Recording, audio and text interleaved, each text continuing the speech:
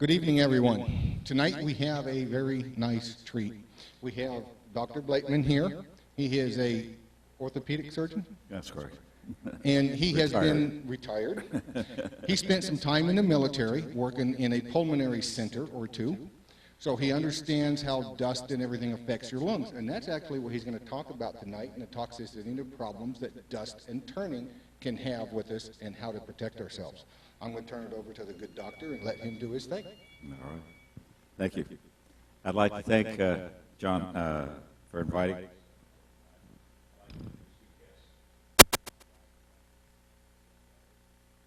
Eileen, they're stuck with staying with me until we get finished. Kylie's just here from California. She was here for one day, so it had to be quick. Tonight I'm going to talk to you about some things that you already know, or at least you think you know. And I say that because I thought I knew, and it's like so many things. There's George Freeman, who's sort of responsible for getting me here tonight. I'm going to quote him, and he says, as long as you're getting away with doing something, you think it's okay. And many of us say, well, I've always done it this way. And so that's the way I do it. My own father smoked, but guess what? He died of cancer. It was the way he did it, and he wasn't going to change. For the most part, everything goes okay. And when we're working in the shop, we expect things to go okay. Unfortunately, I got to see things when they didn't go okay. And I got to see these things over and over and over again. Sometimes it'd be on Christmas Eve when someone was trying to hurry and get a project done for Christmas Day. Sometimes it was in the early morning when someone wanted to get some project done to go take to a show or whatever they were getting done. But when we're doing woodworking, we use a lot of instruments. When we're turning, we use a lot of instruments, different powered instruments. And if I could have, next slide. So what I'm going to talk about is a little bit of wood turning safety. You can go ahead. First question is, what is the most dangerous power tool you can buy? That's exactly right. The chainsaw. There's about 36 to 40,000 ER visits per year with chainsaw injuries. We don't think about that unless you're on the end that's taking care of them. And next slide. The national, no, go back one, please. No. Okay, bounce one more, a couple back. One more back.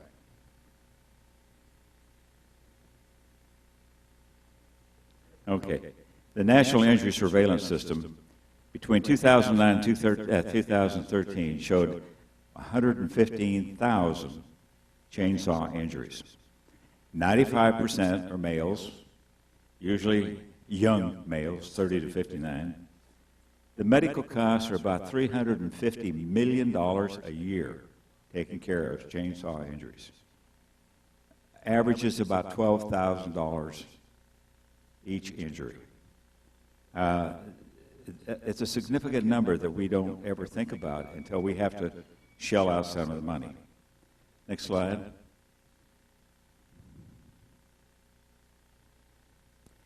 Showing you where most of the chainsaw injuries occur. Obviously to the left-hand side. Most of us hold the chainsaw with the right hand, and the injuries occur on the left-hand side. Most to the upper extremities and the left leg, but not excluded to that. The problem with the chainsaw is bounce back. And we catch the saw with our hand. Unfortunately, we let it drop to our leg. Unfortunately, we don't catch it at all. The problems with, it's not just the newbies. It's not just the guys that haven't used a saw before. But by the same token, the professionals rarely get hurt. It's the guys that are the occasional users. Had a good friend who was a shop teacher at Aurora High School in Denver, out of Denver, Colorado. And he moved to Santa Fe after he retired. His life's ambition was to start a children's golf clinic where they could teach children to play golf, ruin their day too. But he was very good, and he was a very good golfer. Out cutting some small little limbs back in his backyard, hit a wire, saw bounced out, came back, he caught it, took off 3 fingers off his left hand. If you've ever played golf, you know that those 3 fingers are pretty important to hold on the club. Had another case of an attorney who was a woodturner, and he was cutting a small tree, and it had a bullet, a shell, lodged in the middle of it. Hit the shell, saw bounced out, came back, had a severe laceration across his leg. Really never, ever recovered completely from it because of just the amount of injury to all the muscles and muscle groups. Next slide. Bounce back injuries are the main thing that we worry about when using a chainsaw. And the thing that is the key is to, many times, we know a line on the wood that we want to cut. We have in mind what shape we want for a bowl to be out, what shape we want, or someone has asked us to cut on this line. So we sit right over here and we look at this line, and that's where we're going to cut. There's a red line. You need to stay away from that red line. The saw needs to be out here. You need to be over here, both hands on it. Next slide. And as I said, to minimize the occurrence of severe injuries, you need to stay out of that line with the saw. Now, that sounds good, but I've gone with George where we've cut many trees, or several trees, but several of us are out there cutting branches. And I myself have done some of the unforgivable things. Next slide. Typical facial injury from bounce back. You can move on to the next slide. According to the National Surveillance System, the nail gun is the next most dangerous tool we use. Can't tell you how many people nail their own foot and shoe to whatever they're nailing. And they come in to the emergency room with all the boards and everything intact because they can't get the nail back out. Also had a gentleman that was putting up a crate, and he couldn't get everything kind of shoved together, so he put his knee up against it to shove the board up. Well, everything slipped, and he put the nail through his femur into his tibia with the knee bent. Became an emergency and very quick because of the severe cramping in the leg. He had to be put to sleep before we could even get him under control. So all these things are errors of judgment. I don't want to say they're stupid errors, but they are. And the third most dangerous power tool is the power saw. I think with the saw stop and some of these other things that we have today, that maybe that's going to be less of an injury. But again, I must tell you, I was over at George's, and I was ripping a piece of wood, and I didn't push the one side all the way through. It caught the saw and came flying back. It hit his door. Fortunately, no one was standing in the door. The door wasn't open. It would have been a severe injury.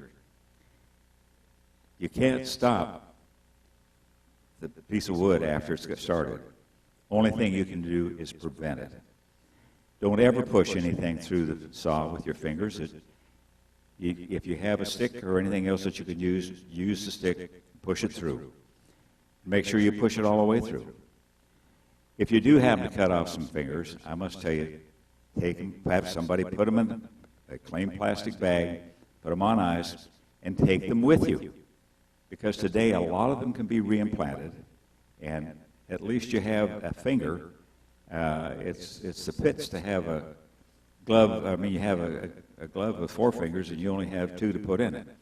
So even though maybe it doesn't work like it normally would have, if you have it there, it's a filler. Next slide. I've talked about the kickback. Go ahead to the next slide. I'm going to talk a little bit about shop safety and some health hazards. We've already mentioned flying debris, vibration I'll get into, noise, chemical hazards, and then last but not least, wood dust. Next slide. First question is, are you wearing the right face shield or any face shield at all? And the correct type of face shield that we need to wear is a Z87 Plus shield. The little plastic shields with a metal rim around the top of them are really for paint splashes and things like that, but they're not for protection against anything, a flying object that could head your way off of a lathe or anything else. Next slide. Occasionally, when we're turning small objects, it's probably okay to wear a pair of glasses, but it needs to be safety glasses. I must tell you that I started my wood turning at the community college in Santa Fe, New Mexico. My instructor was Al Merriman, and I can promise you we didn't start the lathe if we didn't have a face mask on. And if we did start the lathe without the face mask on, he would ask us to leave and go think about that for a while. There was no question about it. You put a face mask on. Next slide. I think when we're instructing students, and even in open shop, other things, we need to be better mentors. We need to wear a face shield, and we need to have them wear a face shield. And I can promise you that we, at our open shop, we usually have 5 lathes running. There's grinders running, there's table saws running, band saws running, and of course all the scrubbers and different types of shop vac systems. But rarely do we see anybody wearing any type of any safety equipment at all. And it's just human nature. That's just the way we do it. It's not right, but it's the way we do it. But I think we need to set an example, both long-term and short-term. Long-term for ourselves and for the students. Short-term to start changing our attitude. Next. I'm going to talk a little bit about vibration. And it's something that we're learning a whole lot more about. Handheld tools, when you're working on the lathe, there's always a certain amount of vibration. When you're using a chainsaw, there's a certain amount of vibration. Most everything we use in the wood shop causes some degree of vibration. And this can cause injury to the small vessels of the hands. And it's now labeled traumatic vasospastic disease. Chainsaw workers in Norway, about 54% have traumatic vasospastic disease just from chainsaws. What happens is this produces symptoms we call Raynaud's phenomenon. And Raynaud's is when the fingers start to tingle. And in the wintertime, they'll get white. They get cold. And after I gave this talk in our club, several people talked to me and said, "Oh, I've already got that." It takes about 8 years to develop. Unfortunately, it's not reversible. There's an easy diagnosis, and I have an instrument out in the car that I didn't bring in. It's called a 2-point discriminator. But it's something you check 2 points, and it gets further and further and further apart, where you can tell that it's 2 points. Otherwise, you think it's just 1. And that's the easiest and first test. But pretty soon you get well, that might be a quarter, but it might be a nickel. I can't feel the rough edge anymore. It might be a dime or it might be a penny, but still can't feel the rough edge. And this is part of Raynaud's phenomena in vasospastic disease. It's also caused halves, and that's a hand-arm vascular syndrome, but I think that the vasospastic disease sort of explains it better. It gets to the point where in the wintertime, even when the temperature's only 50 degrees, you're outside and you say, "Ooh, my fingers are getting cold, I can't." And you put gloves on, and it really doesn't help because it then restricts the blood flow even more if they're tight gloves. So you end up wearing a mitten. Well, that's really inconvenient for the most part, but it's sometimes what you have to do to keep your hands from getting worse, because now with the decreased circulation, you can get frostbite, and you can get other problems that make your condition even worse. Go ahead. Next slide. I'll talk a little bit about noise hazards. This is something we totally neglect. And I say we, meaning moi. There's many hazards that we're beginning to learn about. We know that it's causative to long-term hearing loss. And so a lot of guys, older guys, say, oh, well, I've already lost my hearing anyhow, I can't hear, so it doesn't make any difference. It's cumulative, and it does make a difference because it continues to get worse. On many occasions, we'll be confined in a shop, on an open shop. We'll have 5 lathes running, as I said before. We'll have a bandsaw running, maybe a grinder, somebody sharpening some tools. We'll have other instruments running, as well as the dust collectors and the scrubbers. Again, no one seems to be protecting their hearing at all in these cases. A piston-driven chainsaw is about 110 decibels. If you put 2 piston-driven chainsaws together, it's not really 220, but it amounts to about 115 to 120. And again, these are noises that are really devastating to your hearing. Repeated long-term exposure just keeps adding greater and greater to this hearing loss. Yes, ma'am.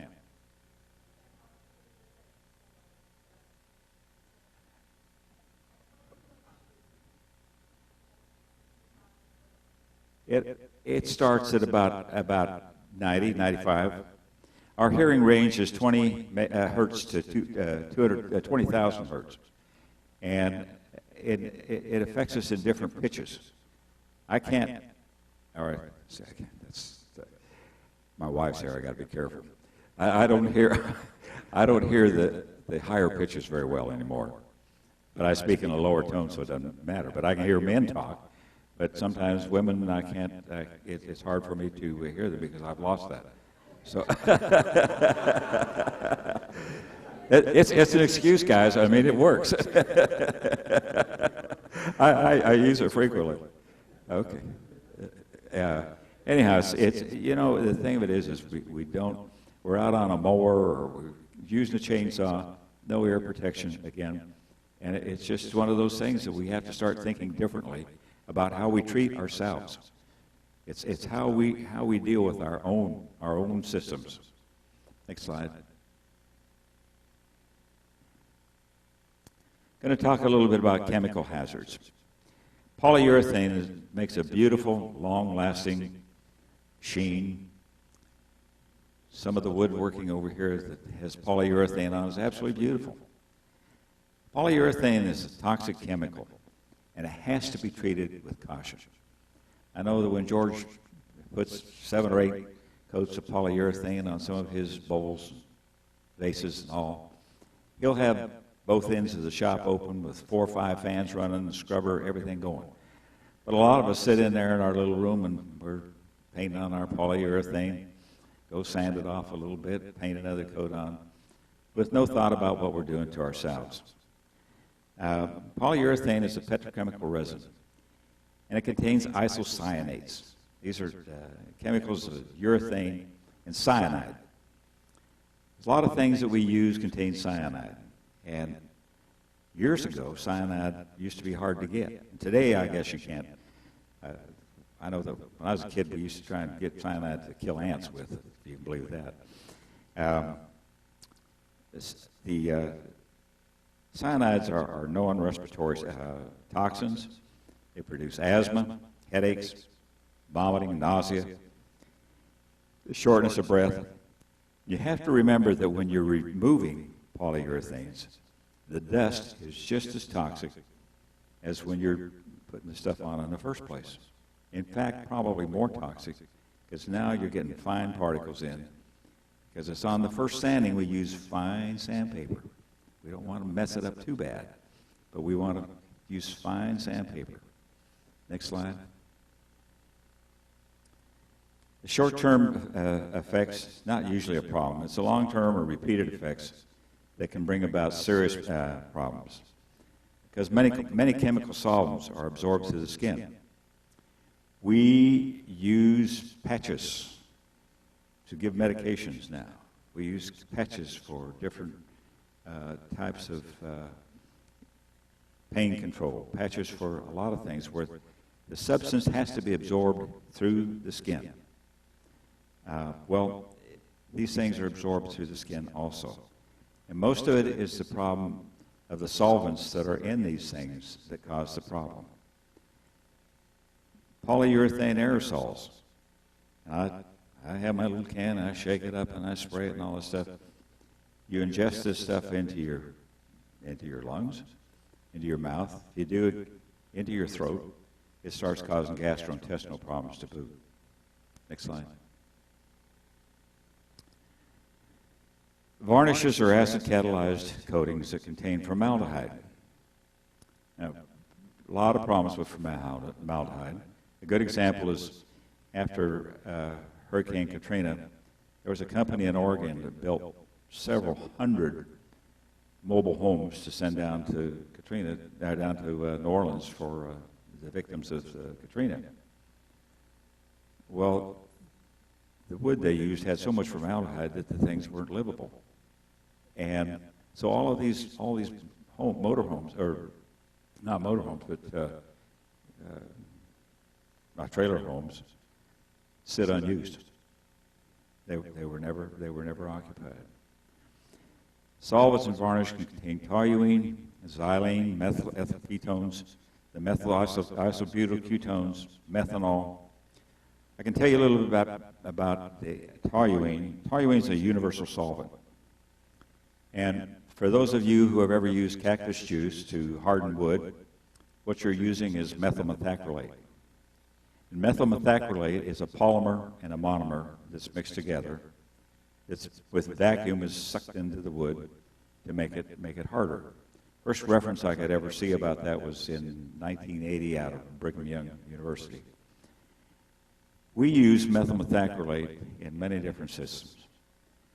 In the medical field, if you've ever had or known anybody that has a total knee or total hip or shoulder or some other artificial joint that was cemented in, it was cemented in with methyl methacrylate, polymethyl methacrylate.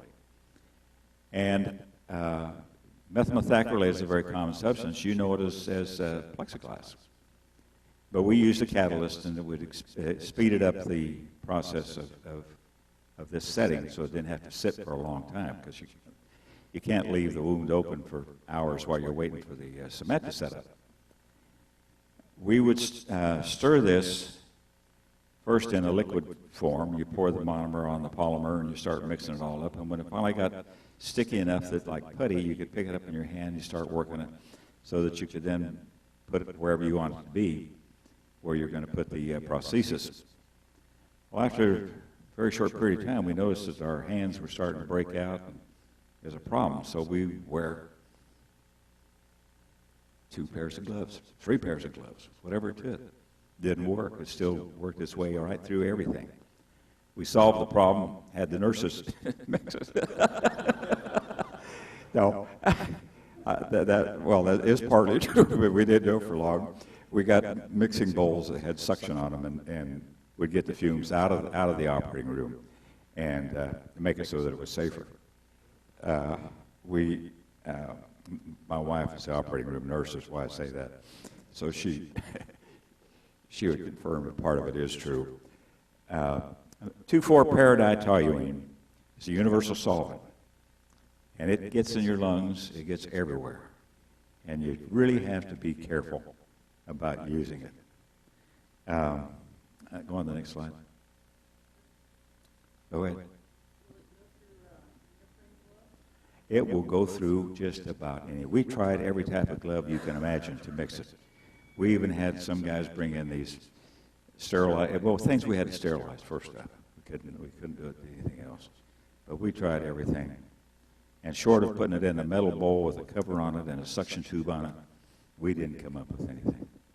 And that ended up being the answer.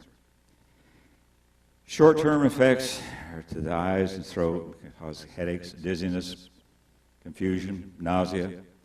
Long-term effects are to the central nervous system, can damage the lungs, liver, kidneys, also damages the reproductive systems.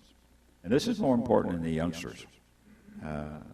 Most of us aren't thinking about having any more children, at least at our age, but for youngsters it is a problem, and they need to be careful, and they need to be warned. Somebody needs to sit and grab them by the collar and say, hey, you get that get ventilation, get that out of there. Next slide. Show you what happens. This is a picture sort of the lung on the left-hand side, and on the right-hand side is a little patch that's taken out of this, and you can see the little circle over on the left lobe. And this circle would have an alveoli in it. And if I took one of these alveoli and drew it, it might sort of look like a soccer ball with many sides. If we took all the alveoli in the lungs of an average adult male and we opened them up and we spread them out, they would just about cover a football field. You say, well, that's a whole lot of space there. This is where the air exchange comes in. Air comes in here. There's vascular blood supplies around both sides of these things. And this is where we trade CO2 for oxygen. We get rid of all the bad stuff. We bring in some oxygen. Next slide.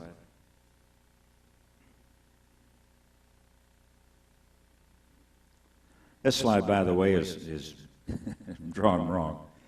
They show the pulmonary artery as being fresh blood and the pulmonary vein as being the old blood. That's not the way it works. But I have another slide that's right. Go ahead. Next.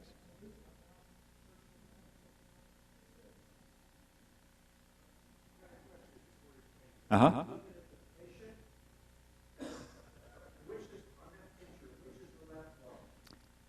The one that's on this side. The one's on your right-hand side.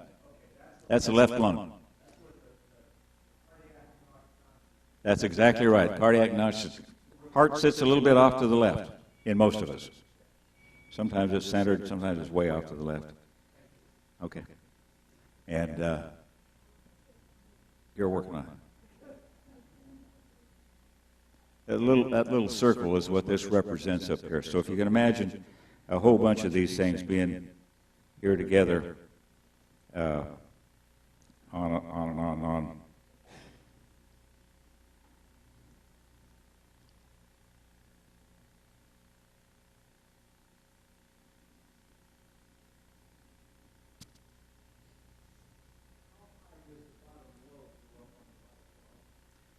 On the right lobe, there's 3 lobes on the right-hand side. And you can see on the left-hand side of the picture, there's 3 lobes. And it goes up the back. Oh, it varies, but it probably goes up at least 2/3 the distance of the lung.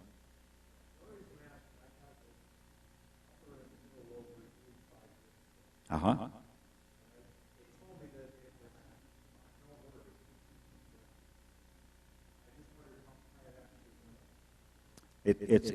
It's pear-shaped. It goes up the back side. So the front looks like it's just a little bitty thing down there, but most of that's in the back.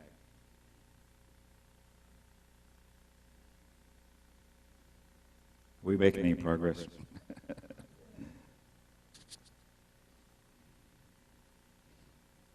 I'll go ahead and start talking about adhesives.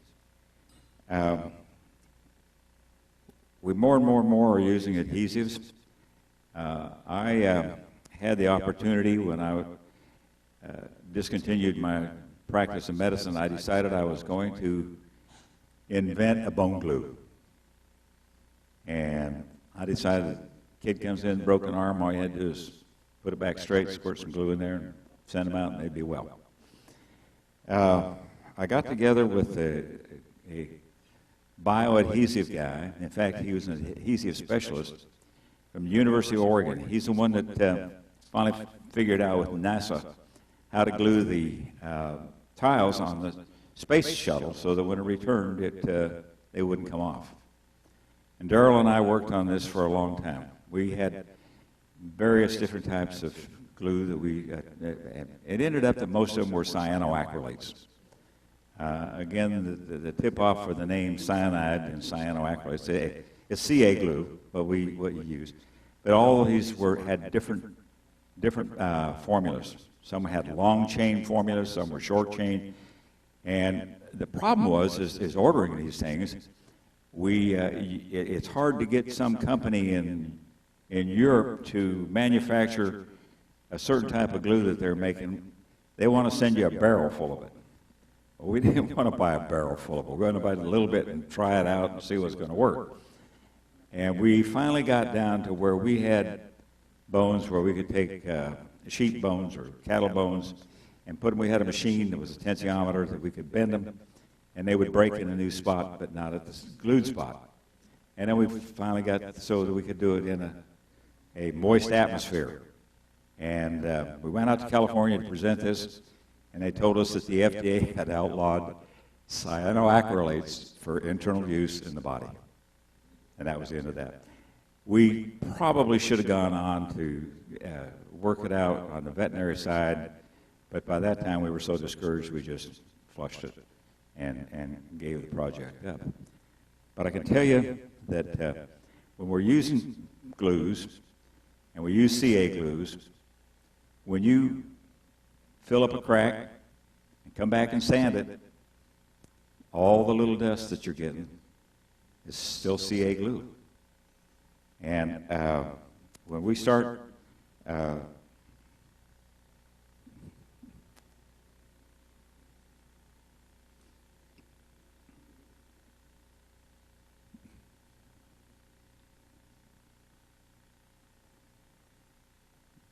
what happens, I'm going to talk a little bit more about dust here in a minute, but the alveoli, the dust that we are worried about is the very, very, very fine dust. And I didn't really understand this that well. The dust that you can see is at least 40 microns in size. It's not that dust that you can see that's really bothering your lungs, because the natural process of the cilia and mucus and everything else helps get rid of a certain amount of that. It's the dust that's 1 or 2 microns in size that gets into the lungs. Nothing stops it. And so if you can imagine these little dust particles starting to accumulate down here in the bottom of the lung, and then we come by and we very nicely put a little coat of polyurethane on it so that it will stay there for a long time. And then we add a little bit of lacquer in here, and we'll put a coat of lacquer on here, and then we'll put some more dust particles on there. And pretty soon we get this thing filled up with all the things that we put in there. We didn't mean to. We didn't think about it when we were doing it, but we're doing it. And this is the part that I didn't think about. After I started getting ready to give this talk, I stopped turning for 3 months until I got myself an air scrubber, until I got shop vacs and I got everything ready. I wasn't going to turn anymore. It frightened me that much. The problem is pretty soon, this cavity that we used to exchange air in is full of all this extraneous stuff. And we say that you have COPD, chronic obstructive pulmonary disease. And pretty soon you're having to carry around your little oxygen because you can't get enough air in there because this space doesn't have any room for air. So you have to put in 100% oxygen in there to have enough air in there to make the exchange.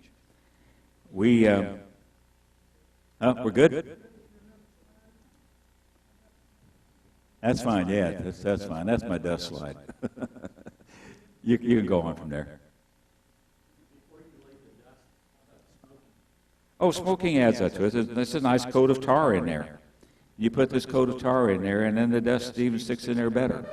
So, oh no, it's absolutely. If you look at the lungs of a smoker, they'll be black.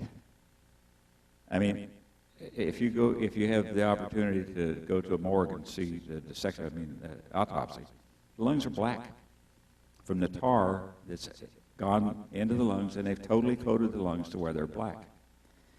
The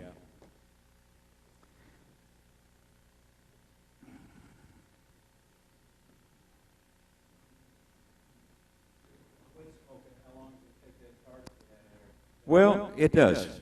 There's some natural processes that help clean it out. It never completely leaves. It never completely, and that's a tragedy of seeing these kids. It doesn't matter if they're smoking tobacco or cannabis or whatever the hell they want to smoke. It still is a chemical irritant. Like I say, my own father smoked, but he died of cancer too. But you couldn't stop him at that time. For those, a lot of us understand how small a micron is, particularly the guys that do metal machine work. I brought along a ruler and 1 inch. Here's my 1 inch from there to there. I'm going to exaggerate this, and I'll make my 1 inch over here. If I fill this in with microns, I only have to put in 25,400 microns in here to make up 1 inch. 25,400. I'll be through in just a minute here. It's just unbelievable to me how small that really is. But those are the particles that get into the lungs that we're not stopping. Yes, sir. When you have what? No, not really. It shows the tissue of the lung, and if the lung is solid and you have a lot of solid stuff in there, it will show lesions like that. But no, it can't show it that much. It really doesn't get down to that. No. At any rate, Turner's, you can go to the next. Okay. We have 3 different things that we create when we're turning wood. We create large particles. We create the scraping, sanding, all this stuff. But we do a lot more than that while we're turning. And I'll talk more about spalted woods in just a few minutes. But when we're sanding dust, the glues, the fillers we use, the hardeners that we talked about, the methyl methacrylate that we've infused into wood to make it harder, that came from spalting. We spalted the wood to make it soft, and we hardened it so we could cut it. But and all the epoxy resins. You want to go to the next slide? Okay. The dust effects are to the lungs, the eyes, the digestive system. The health risk is directly related to the particle size and the concentration. In other words, how many of these things you got coming into you at any one time. If we can't see them, then we don't think they're there. And I must tell you that I'm not a saint about any of these things, because I would be very careful about wearing a dust mask and all this stuff, and then take it off and get my air hose out and start cleaning up. Well, that's what you do. But it's too hot, and I didn't want to have it on anymore, and I had my face mask on, so I just took it all off and started spreading the stuff all over.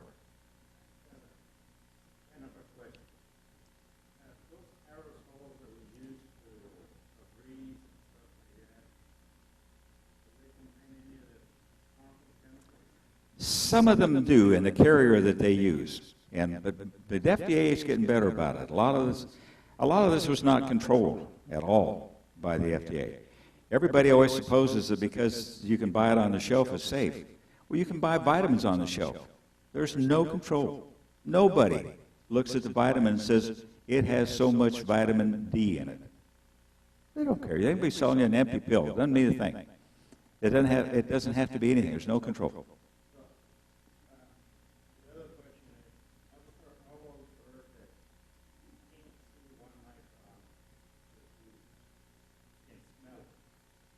I don't know about that. I don't know how much it takes. I'm sure that some animals, dogs and other things, that their smelling is 200 times, not twice as good, 200 times as good as our smelling. And they probably can detect it. I would doubt that we can. Maybe some people, certain people can sniff wine and tell you that it has coconut oil in it or something. Some of us can't, Yeah.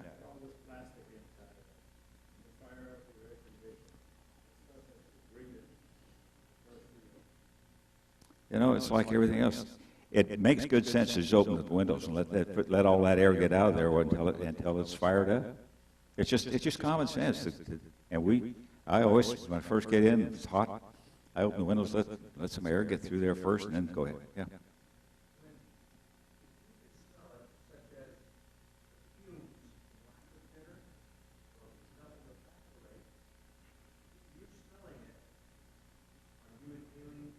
Absolutely. Absolutely.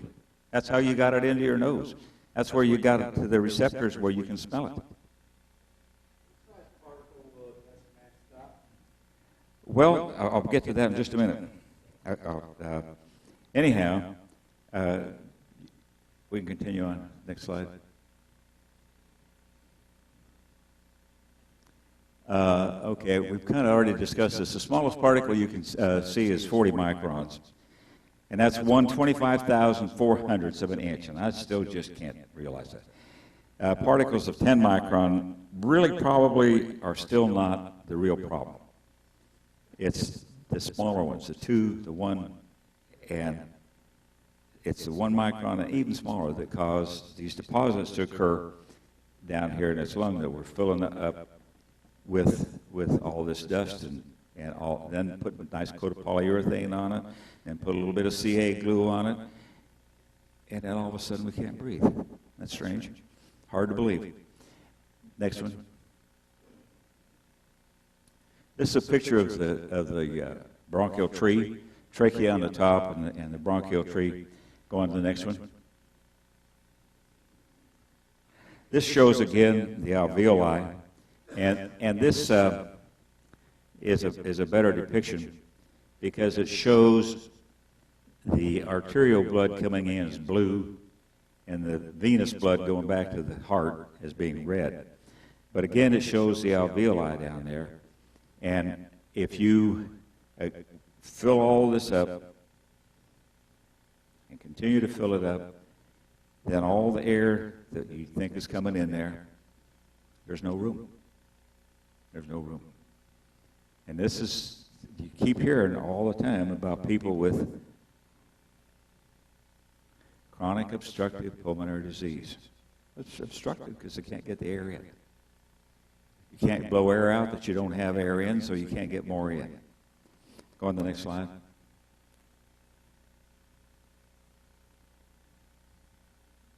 Next one. The fine particles are so small that our natural defenses can't catch them all. Also, as we grow older, we lose some of our elasticity of the lungs, and the capacity of the lungs decrease.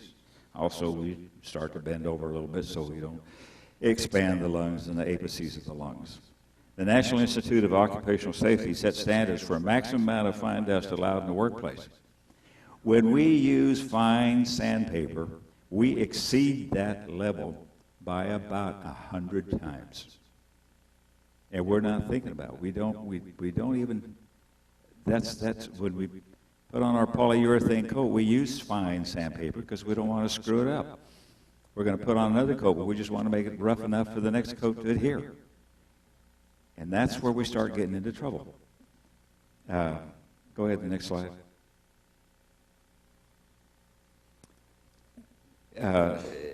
When we're turning, the lathe creates dust in a level halfway between the floor and the ceiling. But unfortunately, that's where we are.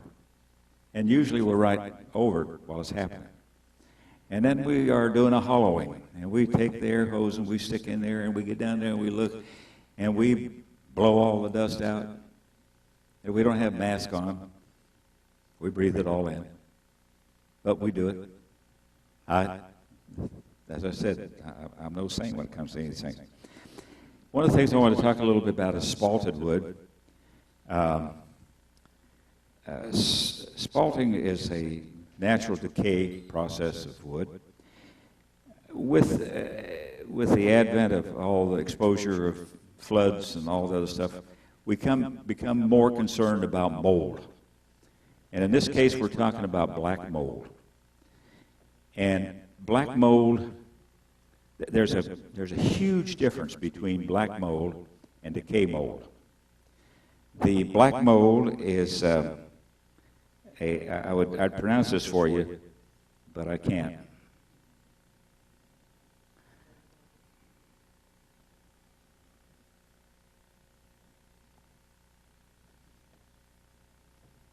That's what it's called. Stachybotrys, that's a B, O-T-R-E-S. The spalting of wood does not produce the same fungi that are in mycotoxins. And mycotoxins are the fungi that cause the respiratory illnesses that we know of as coccidioidomycosis, valley fever, histoplasmosis, blastomycosis, tuberculosis. All of these are mycotoxins that are from fungus. Fungus affects us in many ways, everything from our toenails to ringworm. Fungus is all over. If you walk through the woods, probably with each step you take in the woods, you stir up 100 to 1,000 spores of mold. The problem is the spores last a long time. They have now speculated that the spores can last from as long as 1,000 years to even more. And all they need is the right environment, and they become back alive. So is using spalted wood for a bowl or something else you're going to be eating out of it, is that okay? Yeah, it is.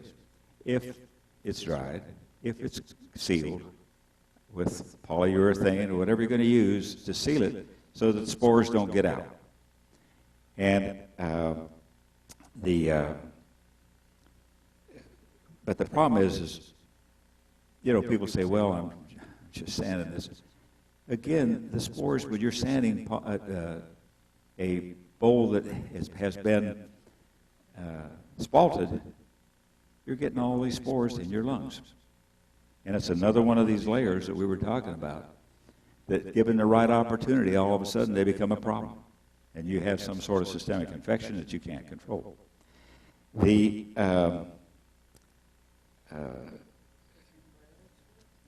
No, ma'am? Well, I shouldn't say that. I'll tell you, I worked at a hospital in the military where we treated all the mycotic infections. And I don't know if you know it, but military hospitals, if you're a congressman and your child gets one of these illnesses, you're entitled to go to the military hospital for free. Good deal. But we had all these people, and the drugs that we were treating them with were drugs that you use for cancer. Amphotericin B, things like that. I mean, bad poisons that kill these drugs. And they would be all over. I mean, the infections would involve the kidneys, the liver. We biopsied everything to see where they were to start definite treatment. But no, not just for tuberculosis, rifampin, ethambutol, some of these drugs work, but they're really slow. I mean, you take them for years, and even then, you don't ever know. And particularly if it gets into your bone. Because if it's in the bone, then it's these little spicules you can't get the stuff into. So you have it forever. That's Pott's disease.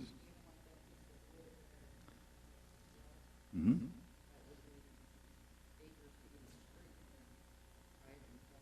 If you wear appropriate protection, you can do anything you want to. Yeah.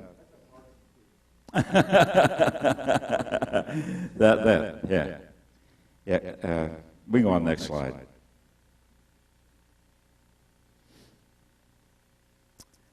What can we do? Local exhaust ventilation. I told you that when after I started this talk, I quit turning for about 3 months until I got my shop changed. My shop had been a little place where it had a low ceiling. I didn't have room to put an air scrubber in it above me, so I moved my shop over to another part, to the barn actually, where I had higher ceilings that I could put in a scrubber. I got all the vacs set up so I can have suction right there at the lathe or whatever I'm going to do. I still don't have any ventilation system set up for using lacquers and stuff like that, so I go outside. That doesn't always work. That's not always such a good deal. Ambient filters, dust collectors, shop vacs. A shop vac is made for speed. The ventilation filters are made for volume. The average garage holds about 2,000 cubic feet of air. A shop, you can go to the next slide. The shop vac will clean about 200 cubic feet of air if it's a good one. An air filter will clear anywhere from 600 to 2,000 cubic feet of air, depending upon the size and the location of what you have. A lot of difference. The dust collector works fast, right there where you're collecting the dust right off the lathe if you have it set up with the hood and all. But the ambient air cleaners clean the air, and to me now, they're just a must. I think that you owe it to yourself, you owe it to whoever else is in your shop with you, to have a system set up that they're not breathing all this stuff. The bowl turning creates its own system of dust flying in the air. Even as you turn it off, it's still, until it's through spinning, it's still doing its work. Go on to the next slide. Dust masks are sometimes way overrated. The more expensive, in fact, 3M says right on this mask that it's not for protection. Some of the companies say that this is for, they'll write something on the box. Had a lot of people say, oh, well, I use a surgical mask. Well, I used a surgical mask too, not to protect the bugs from me, from the patient to me. It was to protect the bugs from me to the patient. They're one-way masks. They don't work. You see people in these places where they're running around, everyone's covered up with a mask and all this stuff. Sometimes they're using a one-way mask that they got the wrong direction. You got to turn it wrong side out if they're going to protect themselves from all the stuff that's coming in from the outside air. So that a lot of these masks offer no protection, and but they lull us into thinking that we're doing something. First off, because it fits underneath the face mask and it does all this other stuff so good. The others are hard to use, and I must admit it's difficult, but still is necessary. So we have a gentleman in our club that swears that because he uses a dental mask, that he's protected. That's all he needs. And, you know, you're not going to convince him anything different. But it's a one-way protection. It's to protect him from the wood. It's not to protect, in other words, he's not going to give the wood any disease. But the wood certainly can still affect him, because it can still go through the mask. Next slide. Well, yeah, no, they're bent so that they fit over your nose, and the color, the beautiful pink color, the blue color's on the outside, the white color's on the inside. That's to protect the patient from me, but that's not to protect me from him. If I'm going to wear that, then I need to wear a hood. And we did in surgery. We would wear these hooded things that had vacuum cleaners on both sides. You couldn't hear a damn word that anybody was saying, but it was safe. Next slide. Okay, I'm ready to quit. That's it.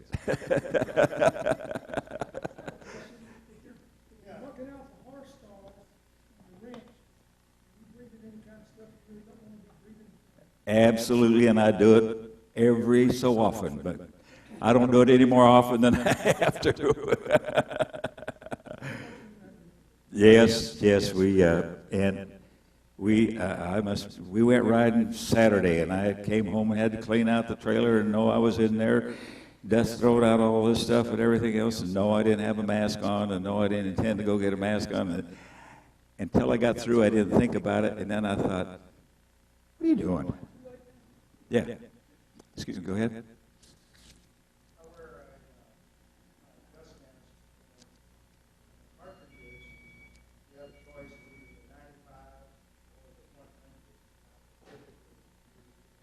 Yes.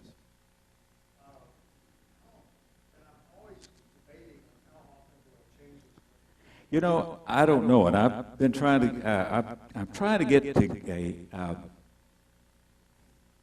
I'm trying to get Woodcraft, somebody, to help me collect a bunch of masks and do some tests to show how effective they are, when they need to be changed, particularly the cartridge masks, all this, and I've been too lazy to get it done, to be real honest.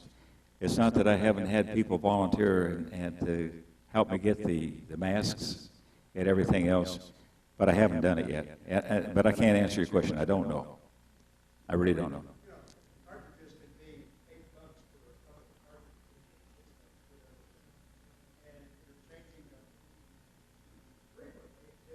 It's expensive. I appreciate it.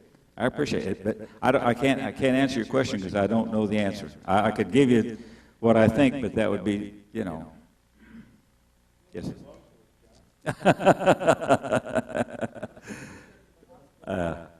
Yeah.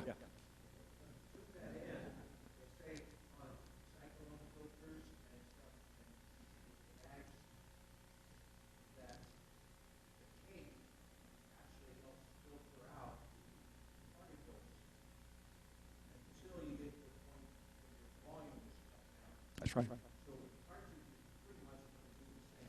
I would guess so, but I don't know what point that is, which is what he asked. How long do they last, and when do you need to change them? I don't know that, and well, you know, I've got the cartridges, and I've wondered how long is it going to take for it to get hard to breathe. I'm not there yet, I guess, but I might not be doing a dang bit of good. Yes, sir. Uh-huh.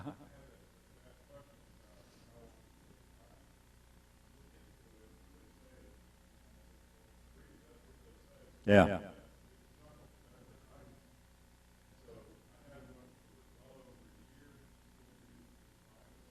That's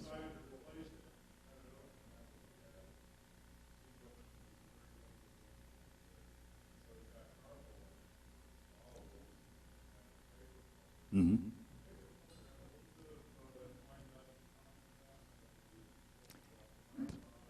That's the problem. If you can see it, it's not small.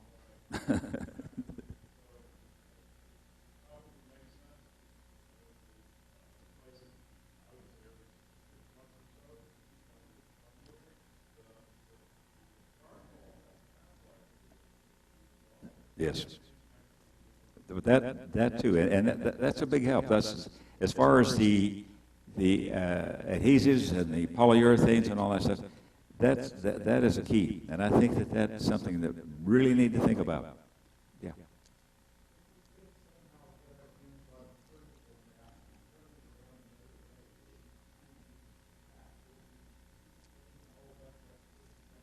Not really.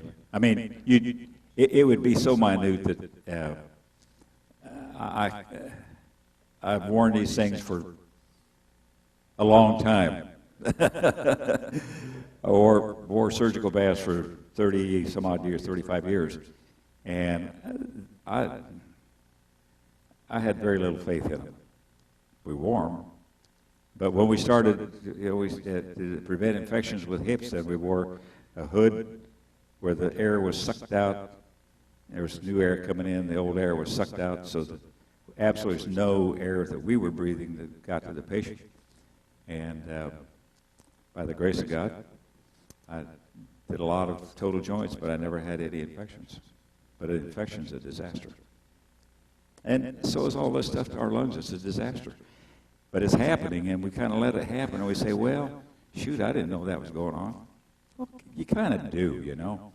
You got to, it's just, there has to be some degree of intuition that says, this ain't good.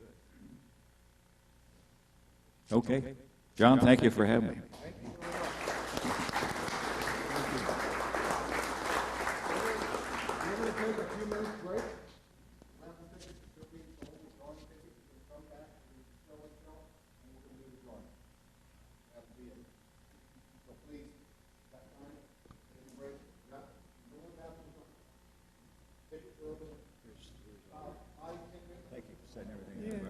Sorry, I had trouble. We couldn't find that mouse cursor. We finally got it stable.